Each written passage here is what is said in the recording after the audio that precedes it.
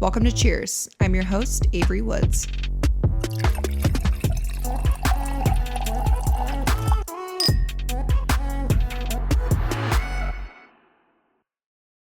Hi guys, welcome back to Cheers. I'm so excited for today's episode. We are almost at the end of 2025, which is insane. I feel like I still question if it's 2024 or 2025, and now we're going into 2026. So next year's going to be really rough anytime I have to say or write the date. But we thought it would be fun to go through some of our favorite moments of the year with some of our guests. I feel so privileged to do this every single day. And although it's immensely changed my life and my family's life and given opportunities, my favorite part about my job, I'm doing air quotes for those that are listening because it doesn't even feel like a job because I love it so much, is that I get to meet the coolest people and connect with so many different people on different paths and not only spark conversation and learn, but also make personal connections with them and become friends with them. And I feel like that is such a blessing in this being my job, and I love it so much. And I just want to go through and talk about some of my favorite moments from the year because it has been an insane year, a year to talk about, a year to celebrate. I'm so proud of our growth. I'm so proud of my Scotty over here. We couldn't do anything without him. He is my behind the scenes guy. He has grown so much with me. We had no idea what we were doing 2 years ago. And the fact that we're here today and going into 2026, having a still successful podcast, part of the Unwell Network, is something I am immensely grateful for. So thank you all so much for being here, for listening. I loved seeing your Spotify Wrapped tags. I couldn't repost them all, but I was looking through all of them and just like had the biggest smile on my face because I remember when I first pushed go live with episode number 1, we were in Pennsylvania interviewing Nabella, and I had pushed go live and she made like the cutest cake. And I was like, even if I had 100 people listen, like even if just 100 people listened, I cannot believe 100 people are listening to my podcast. Like that's such a privilege. And then we went back and looked at the numbers and people sharing, and I was like, holy shit. And it was number 2 on Apple Podcasts for the first ever episode and in the United States. And that was just insane to me. And I'm still so grateful every day. That's not something that ever goes away. So thank you guys all so much for being here, for listening, for supporting. And you're the reason why I'm here. So we're going to get into it. Okay, in this episode, you're going to hear from some of my favorite women in the whole world. First of all, Jackie Aina. Shout out to Jackie. We love her. OG YouTuber. She has taught me so many things, from doing my skincare routine, pressing my bed, my camera quality on my vlogs, doing my makeup, fashion advice, fitness, Pilates. Like she really is the jack of all trades and the greatest human being. I hosted an event last night, and of course she came to support because that's who she is as a person. She's just a warm light, and I feel like everyone can learn something from Jackie. Avery Kroll, love me a good twin name. You guys loved Avery's episode. I thought it was amazing because I'm obviously in such a different phase of life than Avery. I am 30 years old. I've got a herd of children. I have this, mom life slash podcast life, and she's a college girl. She's in her young 20. I think she's 20, because when I interviewed her, she hadn't even turned 21 yet. She couldn't even order a drink. I was like, oh my God, I'm getting old. But she is such a good head on her shoulders. And I really admire what she's doing. Building this incredible social media platform while also finishing college is not easy.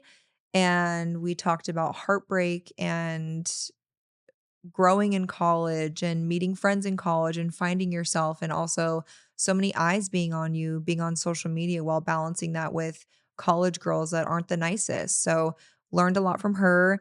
Laura Lee, you guys know my girl Laura. She's become a great friend of mine. And I love that our husbands go golfing now, which is so fun for David. But Laura is someone very special to me because very similar to us. Like, she came from nothing. She grew this incredible empire all on her own, and she is still so unbelievably down to earth. It is so refreshing and so rare for this industry. And our conversation literally made my abs hurt the next day because I was belly laughing so hard. Then we have Rocky Barnes. Rocky Barnes is just an iconic fashion Instagram influencer, model. I have followed her for years and I love her honest and refreshing perspective on what it is to be in this industry and grow and be a mother, and she really is like one of the queens of LA. And then we had some cast members from Secret Lives of Mormon Wives. We had Mayci, Mikayla, and Jen, which was also such a fun conversation. I really love them. I think they're incredible people. Reality TV gets really sticky with people and their opinions, and it makes me sad because obviously when you're on reality TV, the producers twist whatever they want to twist in order to get views. But meeting these girls in person and really getting to know them, like, they're great girls and they have built such an incredible empire as women and as mothers. And like, look at Jen going on Dancing with the Stars postpartum. Like, what an accomplishment. That's so amazing. Mayci with her book, Mikayla so honest about her skin. So I really, really loved our conversation with those girls. All right, let's get into it. I first want to start by talking about something that I talked about throughout the year with so many different guests in different ways, depending on who they are, where they came from, and that is gratitude. And no one has gratitude quite like Jackie. She comes from such a humble background, coming from the military to now building this incredible empire and her amazing business with Forever Mood. You romanticize every aspect of your life, and I really love that, and I look up to that a lot. Thank you. And I think it's kind of forced me to slow down a little bit in my everyday life and just take advantage of the small moments and not take for granted, like even making my bed. I'm not a bed maker, and I'm telling you, like, I know you are, but like every morning I'm like, damn, it feels so good to make my bed and like come home to a beautifully made bed. Yeah, but that's because I watch you. I'm honored. Thank you. Truly. It's like a love letter to myself, like an act of practicing gratitude, because when you're so used to not having nothing, like nothing, and then you have everything damn near under the sun, you're like, wow. Like, to me, I mean, I don't want to get too deep or whatever, but when I look at really gluttonous people who do like really dark, disgusting, harmful things to other people, especially when they're successful, look at the news, look at what's going on in social media, look at one of the most famous trials that just happened recently. People who get to that point, I think their salaciousness nothing's ever good enough for them. They just become greedier and greedier and greedier. And the people around them just continue to tell them yes and yes and yes and yes. And nothing is too big and nothing is big enough. And I don't ever want to be like that. So to me, like, I get to wake up every day and I'm grateful for that. I get to set my bed every day. I'm grateful for that. And to me, that's kind of like my way of internally not getting too big headed. Cause like, yeah, even though I am, I do got an ego.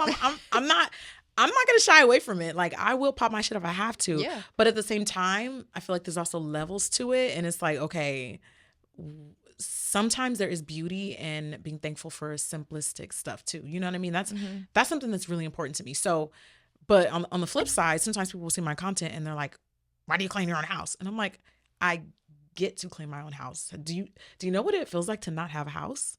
Yeah, you'd be cleaning that every single day you get, okay? Again, with Laura Lee, she has an immense amount of gratitude. And I literally had a conversation with her last night about this because she is still so humble. She taught me how to take gratitude and turn it into a daily practice. So you did the right thing if you want to start a habit. You make it fun, you make it enticing in any way for yourself. You make it a pleasure so you come back to it. But so basically, I can't remember the guy's name, but he was on Mel Robbins' podcast and he was talking about summarizing each day helps you reflect better on what you've done, what the mistakes are. Oftentimes we go to bed and you don't even remember the day or anything that happened because the day is done, but if you journal and write down and kind of summarize your day, and I do it through gratitude. So I'll be like, I'm grateful that I had a really good workout, and I'll describe why and what the teacher did and like things he said that inspired me.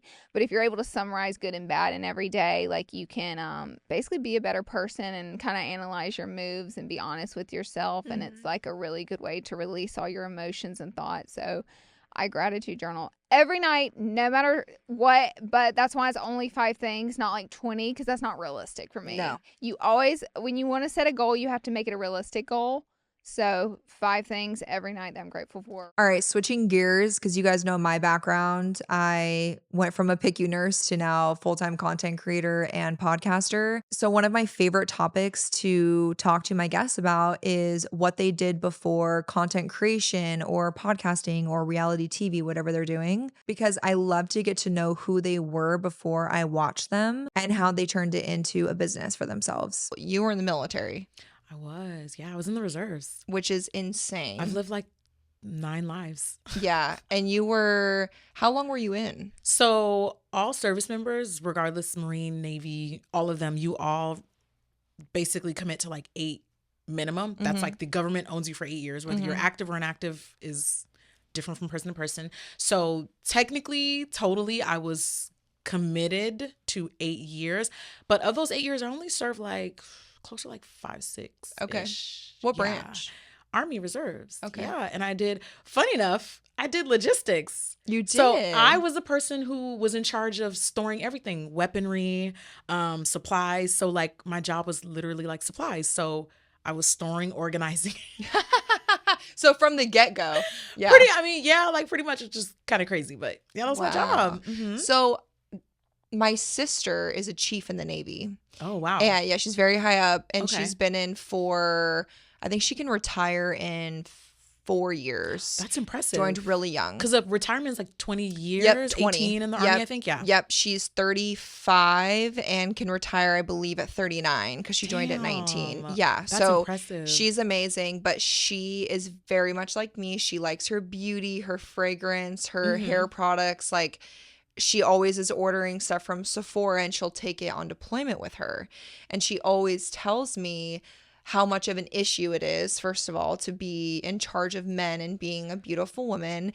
And also when she was on one of her first deployments, she called us so upset because she was taking a shower and all these girls stole all of her products, like all of her really nice Sephora products. Excuse me? Mm-hmm. When she was deployed. And but like if you're wearing my gloss, you know I'm gonna no, clock you. I like, know. I know what Too Faced looks like, boo. Take that shit off. I know. Oh my God, the audacity. I know that you've loved beauty from the beginning. Yeah. So did you ever see any of that side of it? 1000%. Okay. 1000%. I mean, this was the era when I was in the military. This was the era when like beauty gurus were like kind of an underground thing. Mm-hmm. There were not that many people who would walk outside of the house willingly with a full glam. Because I live in LA, so I think it's a little different depending on what part of the US you're from. Like in the South, that's very normal to be full glam down. But like people on the West Coast didn't really do that. So I 1000% for as long as I can remember, because even back then I was a glam girl, like down. Being in uniform, being somewhat attractive is another whole nother thing. But wearing a full face of makeup, it would just be like, huh.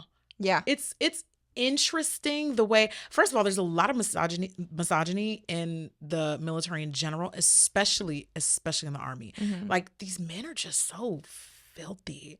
And I'll even tell you, this is why I don't believe the military is single-handedly why I don't believe how a woman dresses dictates how she's treated. Because when you're assaulted, harmed in any way, when I tell you, when you're in the uniform, I cannot think of any other scenario that strips you of, besides your face, obviously. The military is the place that strips you of your individuality in every single way.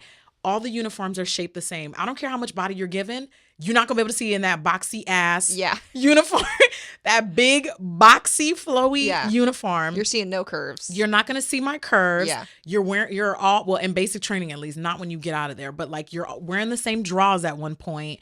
You basically all virtually kind of look the same except for the face. So when people say stuff like, what was she wearing?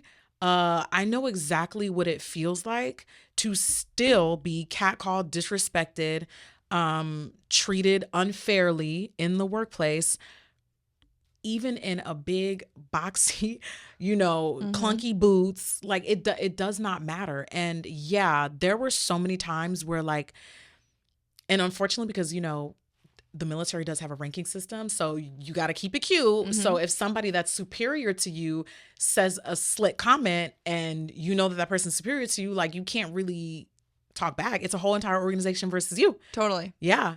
And then we have Laura Lee, whose pre-YouTube resume deserves its own reality show of itself. Okay, so I had worked like a million jobs. Dick's Sporting Goods, sold wine, Not daycare. Dick's Sporting Goods. Girl, yes. All right.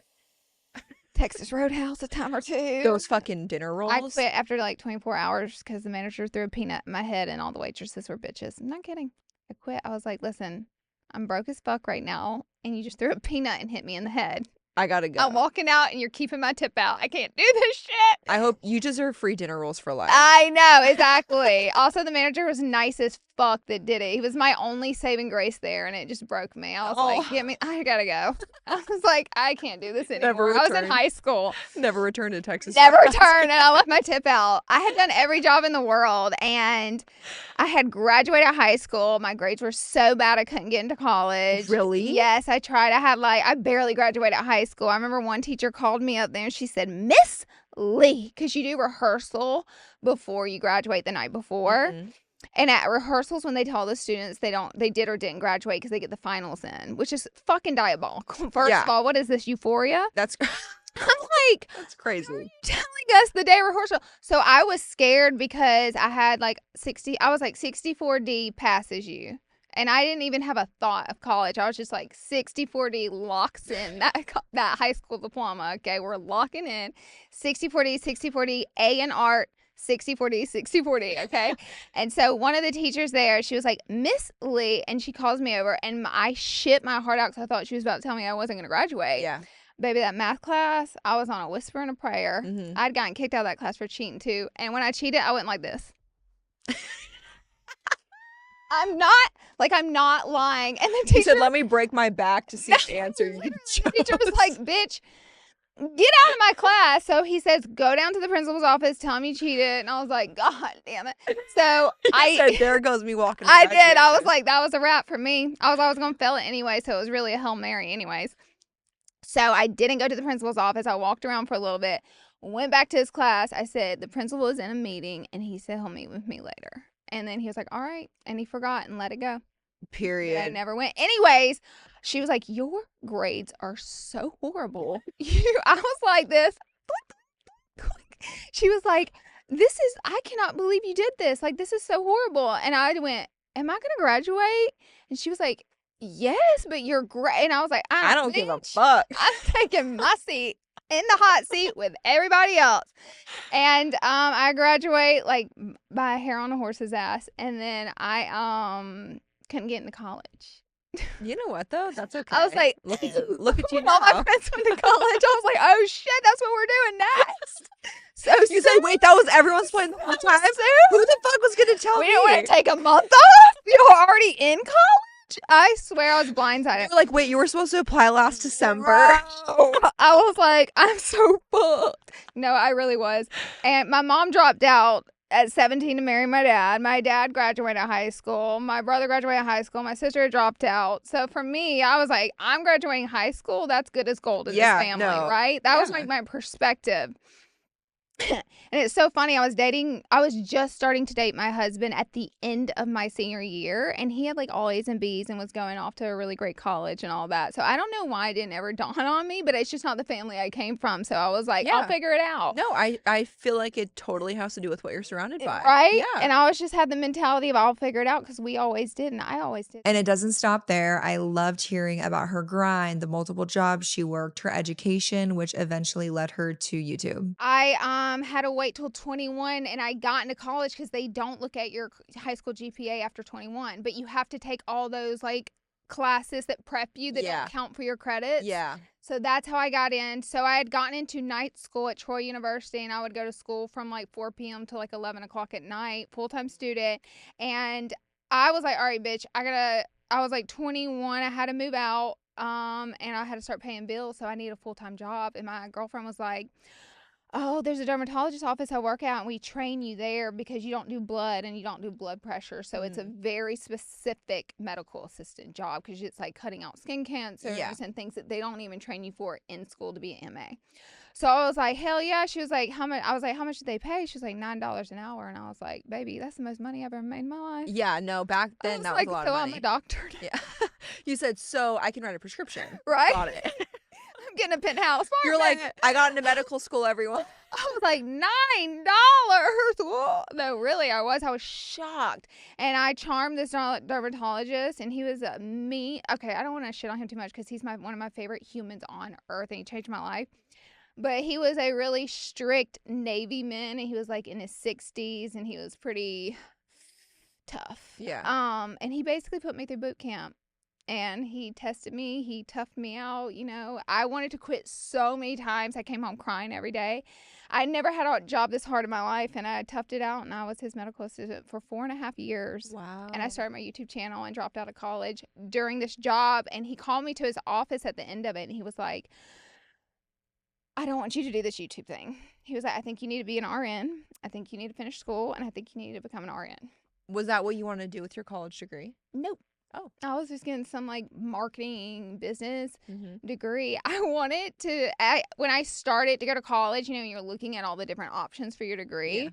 I was like, I want to be a detective. So I was like, criminal justice. Oh. But then I found out you had to be a police to be a detective. Yeah. And I was like, hell no. I was like, you don't just get a degree and like go figure shit out. The academy. I was like, yeah. So we're not going to do that. Scratch that one on my list. So I was like, I'll just do business. I switched to marketing, and then I was failing out because I was working, you know, these hours, 12-hour fours, a 10.5 day, and going to school from, you know, night online class. It was, I couldn't keep up, and I was really bad at school already. So imagine me I needed all the help I could get. So I was like, I'm failing out of college, and I'm going to be a medical assistant for the rest of my life. So I was like, fuck. So my stepdad at the time was showing me, God, this was so long ago. It's embarrassing. It's not embarrassing. It's 12 years ago. And look at you. You look like you just graduated high school. Thank you. I got Botox. I got a lip flip too. Did you? I did. So my upper lip doesn't move. It's crazy. Anyways, okay, so. Oh my God, you're my favorite. My stepdad's like, look at this. I can show the computer on the TV screen with this cord. And I'm like, whoa, that's so cool. And he just puts a YouTube video on just to show me, and it's Candy Johnson's What's in My Purse video. Oh my God. And I was like, ding, ding, ding. And I was like, what the fuck was that? And, you know, she's like the most rings and pink hair. And I'm like in love with her instantly. Yeah. I'm like, and so I took my mom's laptop and I watched a ton of her videos. And I was like, I want to do this for the rest of my life. I want to do this forever. This is all I want to do. Success looks different for everyone, but I love hearing about the moments for women when they're like, oh, wait, this could be something. Here's Laura talking about her first viral YouTube video and how she cracked the code on the algorithm. What was your first viral video? Do you remember? My first mega viral video, and the gag of the century is it's still my most viewed video on my YouTube channel. You're kidding. Crazy was my second year in California. I had seen a bunch of girls do heatless hairstyles for back to school. So that's a huge trigger in the algorithm. You have heatless hairstyles, so you're going to hit hairstyles, you're going to hit heatless hairstyles. So that's 2 genres, and back to school is the biggest genre. So you've hit 3 genres in one title. Banger. So then I'm like, what if I do 15 fucking hairstyles, but they're all quick, boom, whip, you know, it's like heatless. So we're not curling each style. It's like pin it back this way or this ponytail. But now when it comes down to the thumbnail, we put every single hairstyle in the thumbnail. Like I had mapped this genius, what I thought concocted a genius video. Yeah. And I put it out there and it blew, and I knew it was going to blow up, like, because the science behind it. There is a code Mr. Beast talks about all the time. There is a code to YouTube. It's titles, thumbnails, and tags. You can make the best piece of content on this earth, and if your thumbnail sucks, you're not going to get the views. Yeah. Point blank, period. YouTube runs off an analytical system. All the social media apps do, and sometimes, you know, if you don't just get viral off cloud off someone else or like a viral sensation thing that happened, which that didn't happen back in the day for YouTube. That happens with TikTok. You know, like go on Love Island, you'll be viral. Well, YouTube was different. Yeah. So I basically after that video, it confirmed for me what I thought I knew about the algorithm. And that video got like 15 million views, and like that was unheard of on YouTube. And my channel just little by little kept exploding from there. And then there's Rocky, the OG Instagram girl, when she realized that Instagram could be her full-time gig, and it's honestly iconic. What was your like I made it moment where you knew this was going to be the career for you? Not so much modeling, because obviously you were already in that and signed, but more so the fashion influencing side. I think the aha moment for me was when I got booked for my first job as an influencer. And it was actually like probably one of the most iconic jobs I've ever had. It was the first one I got. I was shot by Patrick DeMarchelier for Sam Edelman's 8-page advertorial in the September issue of Vogue. Damn. I was like, okay. And it was for Rocky, like Rocky for Sam Edelman, not Cool. like we don't want to hire Rocky as a model. It was like they wanted me as an influencer. And I was like, this is so fucking cool. I got to shoot with Patrick DeMarchelier. I had the whole Vogue team there. I was like, okay, this is a pinch me. I made it moment. And I love Avery Kroll's story as she started in high school, which is just insane, especially talking to her and knowing what a great head she has on her shoulders at such a young age. Here's her moment when she realized, oh, wait, this is a real job. When did you start social media? How old were you? A freshman in high school. In high school? Yeah. What were you posting? Was this like Instagram? No, TikTok. It was during COVID. You were a freshman in high school during COVID? Yes. I was pregnant working in the ICU, Oh my hating my gosh. life. And I said, what the fuck is TikTok? I said, I can't keep up with another app. Are you kidding me? Okay, so you were a freshman in high school and you started doing what on TikTok? I think it started off as just like cute little thirst trap videos, and then I would put words over it, but then I kind of figured out what words would get traction. And so I kept doing that, and then it kept growing off of that. And then I picked up on YouTube and started doing like YouTube vlogs. Yeah.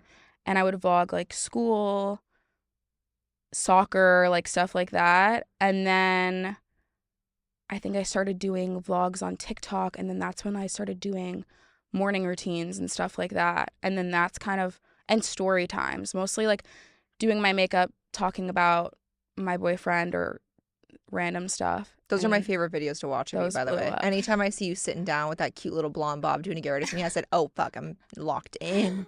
I'm like, what's the drama at U of A right now? Wait, Talk that's to me what's going on. I'm like, my kids are screaming in the background. I'm like, hold on. Mommy needs to know what's going on in the college world. Wait, that's hilarious. When were you like, okay, this could be a job for me?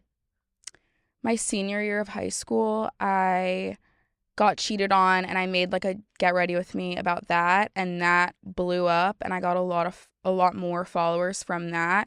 And then I had a bunch of, I guess, like, what is it, like agencies or like management teams yeah reaching out to me being like, why do you not have a manager? Like, what are you doing? And that's when I was like, oh wait, like I'm not charging enough. Like, what am I doing? Like, I need help. And so that's when I really started to take it seriously. And are you still with your same management now? Mm-hmm. Yeah, I feel like everyone kind of goes through that phase where unless you know someone in social media, like everyone kind of goes into it very naive. Yeah. And I'll never forget the first meeting I had with my management. I was like, I'm sorry, how much are you charging for what? Like, I could not believe the amount of money in it. And then you realize like, wow, this is an actual business. So you were in high school when this happened. So how was your high school life? Like, how was the community around you? Did people give you shit for being on social media, or were they supportive? I went to I don't know if it's considered small, but I went to a private school, and so very tight knit. Everyone knew everyone, and I was definitely the YouTube, TikTok girl. But I don't know. I would wake up early before school, film my morning routines. I would drive to school, and then in between every single class, I had my headphones on, I had my hood up, and I would be editing in the hallways. Or like I would go take a bathroom break and sit in the courtyard and film my voiceovers. And so that I had that video ready to post by 2:30 when I got out. Yeah. And like people definitely made comments about it, but I think they also thought it was so cool, so I was like, whatever. I feel like for at least myself and a lot of people I know, in the beginning when you're trying to grow, people think it's so cringy or give you shit, but then once they see you successful, they're like, wait, how'd you do that? Yeah. Or like, wait, I want to be your friend, or I want your PR. And I'm like, hey, you weren't nice to me in the beginning. I know. Like, you don't deserve that. I think I was just kind of like, you'll get it when you get it. And you can make fun of me now, but like, I know the opportunities that I'm getting, and I'm doing this at such a young age. And like, I don't know, I just had the confidence for it. And it made it fun. Like, I would bring my Canon G7X to soccer practice and soccer games, and I would like have everyone in the background, and I just tried to like make it fun. Something that comes up a lot on Cheers that I'm really passionate about is women being the breadwinners for their family. And sadly, the judgment that comes with that, I personally have experienced that an insane amount, which is crazy. I feel like we should be uplifting women and being so encouraging, because if a man is a breadwinner going on a work trip, no one's saying anything to him. They're praising him for supporting his family. But when a woman does it, there's a problem with it. I especially think there's a difference when it comes to not just being a woman, but also a mother.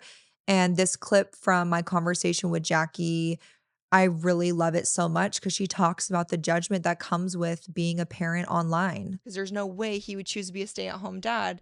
And I'm like, oh yeah. That he wouldn't shoot. Not choosing yeah. it is crazy. Well, what's funny is we always said our kids were so little out of school, we would never get this opportunity where they have both their parents at home. And like, yes, I work and I have to travel, but the majority of the time I am home. I'm working from home. I'm so privileged in that way. But both of our kids, we just talked about this off camera, like both of my kids are going to school tomorrow, and it's the first time they've ever been in full-time school Monday through Friday from 8 to 3. We'll never get them home again full time. You know, like that's a huge, it's almost like you're mourning. And I'm so grateful that we've had that opportunity, but it's so interesting the comments I get. And I'm always like, if I was a man, you would never say this to me. Yeah, of course. It's wild. That's crazy. Yeah. There's definitely women that I follow that I know that are like successful, and just them even being outside, they're like, where's your kids? It's why crazy. why would homegirl bring her kids to the bar? I'm confused. Oh yeah. Like, or like when we go on a date, she can't go to the bar sometimes. But like, that's the thing, what kills me, when you're on a date with your husband, they're looking at you like, where's the kids? But you're with your husband. Yep. Like, you're both allowed to have a social life outside of your kids. Well, also I'm like, we've been together for 13 years. Like, we came first. Like, we go on our once a night date night. Period. Because we're happily married and our kids get to see that we prioritize and focus on each other. And mind you, we usually don't even go on a date night until after our kids are in bed. So we did the whole day with them. We put them down. Then I get dressed up cute for him and we go out. And then we're up the next morning at 7 a.m. to get him ready for school. You have that right. How the hell do people think the kids got there? Exactly. Like, Thank what the you. hell do y'all? We're grown, Thank honey. you. We're grown. Thank You get it. And then I had a very raw conversation with the cast of Secret Lives of Mormon Wives regarding the same sort of thing, because obviously as a woman, it's really, really hard. But when you come from a background and culture that's very conservative, like they all do, being part of the Mormon church or have been part of the Mormon church in the past, they're raised that the woman takes care of the house and raises the kids, and the man works and is the head of the household. And I really loved Jen Affleck's perspective on this. Jen talks very openly about how it was stepping into that role in a culture that expects the complete opposite. So obviously there's a certain, standard or maybe misconception when it comes to the Mormon church with males being the breadwinner. Yeah. So Jen, for you, were you guys raised that way? So is it a taboo thing what you're doing, how your husband's kind of taking a pause from med school and you're able to focus on your career? I wouldn't say it was a taboo thing in my family, but it was definitely like more taboo when it came to Zach's family. He was just shown his whole life. Like, I mean, his dad was a doctor. His mom also worked actually, but was mainly a stay-at-home mom. But what he saw was like the value the man brings in the house is through providing, and the woman's role is to nurture. And so I think going into our marriage, like, he expected that from me. When we had committed to med school, it was never like my plan to like start doing influencing or working, but it naturally just happened because I knew I was going to have to somewhat take on that role of providing, because I didn't want to go through like debt and whatnot. Yeah. And so naturally through our marriage, I just naturally took that role, and it was really hard for him at first because he didn't know how to navigate it. And he also felt like in a lot of ways, like, it brought out a lot of insecurities because he's like, wait, what value do I bring if I'm not providing? Next up, motherhood. And there are a million different things and ways we could talk about what it is to be a mom. But I loved my conversation with Mayci, Jen, and Mikayla from Secret Lives of Mormon Wives because they were all pregnant at the same time. All of you guys are already so busy. And your careers are like skyrocketing and you're having more kids. So how are we doing? Not well. I'm like, Unwell. we are unwell. Actually. Unwell. Okay, there's that every single day. I'm like, how are you doing? Yeah. No, I think that's what's nice is that we're like dying No, like literally. together. And you guys are all so close together in due dates, which is so fun. Because I feel like you're kind of experiencing all the same things at the same time. Yeah. Yeah. Except for you, Jen. I'm like, Jen can't relate to us right now. No. 'Cause she goes on runs. No, I'm not. Every cold. They're trying That's to true. Oh, poor thing. But it's Well, okay. and you guys are doing so much press and traveling. So you're champs. Yeah. And you were so And sick in filming the beginning. We're so sick. Another favorite conversation I had with Laura was about her niece, Erin. And a lot of people that have followed Laura knows that she adopted her niece, Erin, who is such a sweetheart, by the way. I tell Laura all the time, like, she has such a great head on her shoulders, is so responsible, and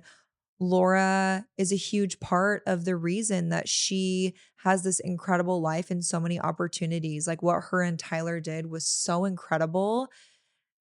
And we had such a raw emotional conversation about how she came about to being her guardian. I have always had my eye on Erin because my sister had her as a teenager.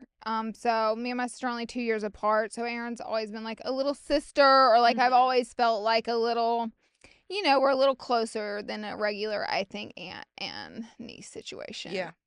Because we've pretty much always been in the same household. I mean, there were occasional times we weren't whenever she was living with my sister, but so I've always had my eye on her, and I noticed my sister getting worse off and worse off and worse off. You can't do that. It's 2018. Like, she has to go to school. And she had all F's, all of her grades. I could tell how depressed she was and low. I was like, this shit is getting bad. So I was like, so I would try to get my sister to sign her over to me. My sister was so bad off all this time. Me and her were in such bad terms that she wouldn't. And I ended up going back to Alabama and fighting for her in court. And I won her. And I didn't know you went to court. Mm-hmm. I battled for her. And then, sorry, it's a touchy subject. Oh, it's okay. No, it's good. I love talking about it because a lot of people have to do this shit. Yeah. And you know what? I just want to say, too, imagine where she would be if you didn't do that. 100%. And the fact that you were raised the same way that your mom was trying to raise Erin. Yeah. But you wanted to break that cycle, and you did that for her. Yeah. And we always talk about that too off camera because I'm always asking about her and wanting to know what she's doing. You ask me about her every single time. Well, because I remember when she moved in with you guys. I remember that YouTube video. Oh, do you? Yeah, I remember you guys like sitting down, and I was like, "Holy shit!" Like, my manager was like, "You should tell people why you have a child living with you." Yeah, and I was like, "I'm so burned. I don't want to do that." And she was like, "No." She was like, "You should." Yeah. She was like, "You're not going to get hate." Yeah. I was like, "I've given so much, and I've been cooked online." Well, and you also didn't want to talk about it to get clout. You did this behind the scenes to help your niece. It was exactly. It wasn't to get praise. Oh my God, no. And I was like, I wouldn't do it without my sister's approval either. And so, just because I would have had to tell a lot of her story in order to tell why I have Erin. Totally. So I wanted to talk to her, and she had gotten incarcerated, so she was sober. And so our relationship, believe it or not, started to kind of heal whenever she was incarcerated. And so, which, by the way, I didn't know was going to happen whenever I took Erin. So I was going to have to take Erin anyways. Mm-hmm. But me and her, my sister, we talk on the phone all the time. My sister even called in on that video and talked a little bit, and she's fully responsible for her mistakes. And so we have a really good relationship now. My sister's doing incredible. I wish she would go work with like an addiction center because she's so incredible and inspiring. She totally turned her life around. It's a really cool story. But Anyways, Erin had moved with me because things had gotten bad this summer. She was 14, but she had to go back to school, and that's whenever I was trying to get my sister to sign her over, and she wouldn't. So it sucked so fucking bad. I had to send her back to Alabama for 6 months until my court case. Does Erin want to do social media for her job? Yes, Erin. She wants to do social media. That's what she's going for. Okay. And I encourage it because it worked for me. So who am I to be like? It's a business now. People can shit on it all they want, but it is a huge, huge business.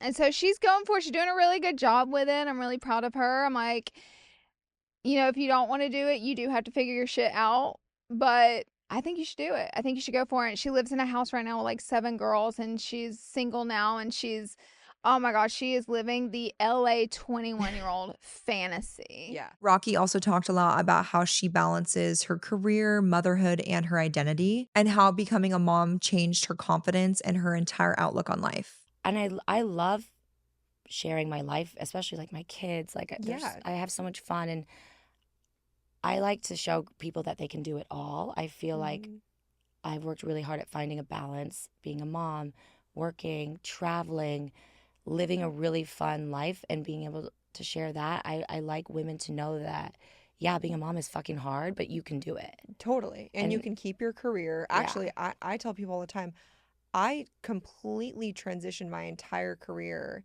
and built this massive business after my kids were already born.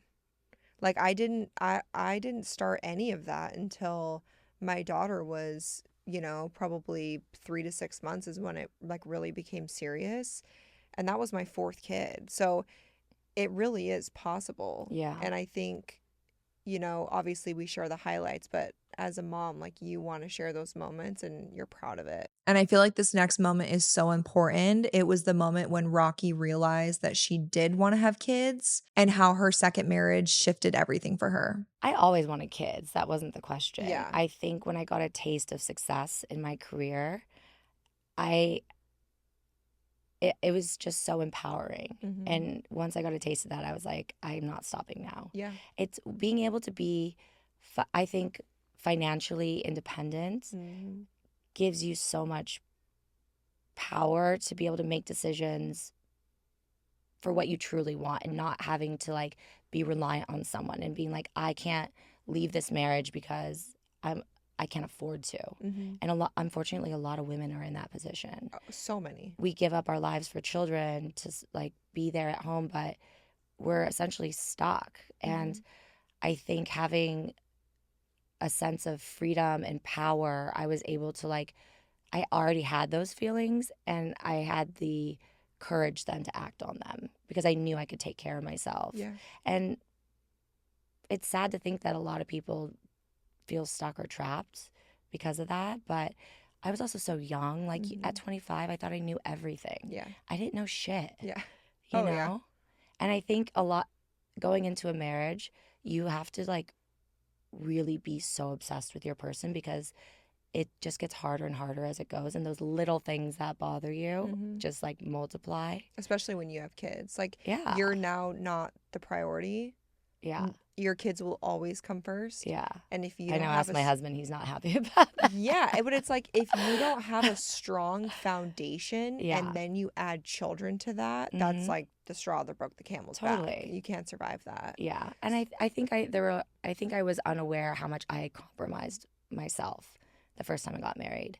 I was like, oh, he's a really great guy. This is what I'm supposed to do. Yeah. He wants to marry me. Like, this is amazing. Like, I should do this. I don't think it was because I was so in love and wanted this. I was kind of just like, oh, this is what you're supposed to do. And I came from a divorced family. So for me, it was like this vision of a white picket fence, like the perfect family I never had. I love my family, but it's like non-traditional. And having this like beautiful life in La Jolla, it just felt like this is what I should be doing. It's kind of what I always dreamed about. But then you kind of are there and you're like, okay, well, marriage is more than the dream of it. You have to really be matched with your person. Yeah. So what was the point with Matt where you were like, okay, I feel ready to be a mom? Well, I think age was a lot of it too. Like I had my first at 34. Okay. And Matt's 3 years younger than me. He was like just ready. We got we got married in 2018, and then in September of 2018, we went to Coachella, April, and I was like, okay, I'm going to go off birth control after Coachella. One last weekend. Yeah. And I'm like, it'll probably like take me a year, whatever. I got pregnant like that day. Oh, yeah. When you get off birth control, your hormones spike. Yeah, I didn't know that. Yeah, same thing happened to me during the pandemic. My IUD was embedded in my uterus, and that was like when you couldn't get a doctor's appointment during the pandemic. Yeah. Yeah, immediately got pregnant. So then that happened real quick. Yeah. But honestly, I wanted to have kids before 35 because of like the risks that elevate. And yeah.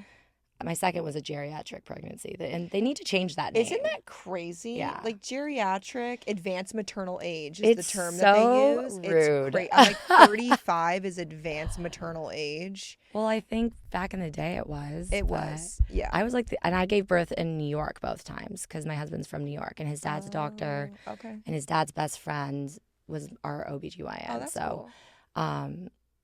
we ended up going back and forth to New York. I was the youngest mom in the waiting room. Like all in New York, all these women are like in their 40s having kids. Yeah. So I think they need to change the name. I think they absolutely need to change the name. I hope you guys enjoyed revisiting 2025 with us. This has been such an amazing year, like we said, and we wouldn't be able to do it without you. We are so grateful. All of these women that were on with me and were so vulnerable and had real, raw conversations. Thank you so much. You inspire me every day with your humor, your grind, your hustle, and I'm just proud to call you all friends. Cheers to 2026, bitches. Let it be the best year yet. Cheers.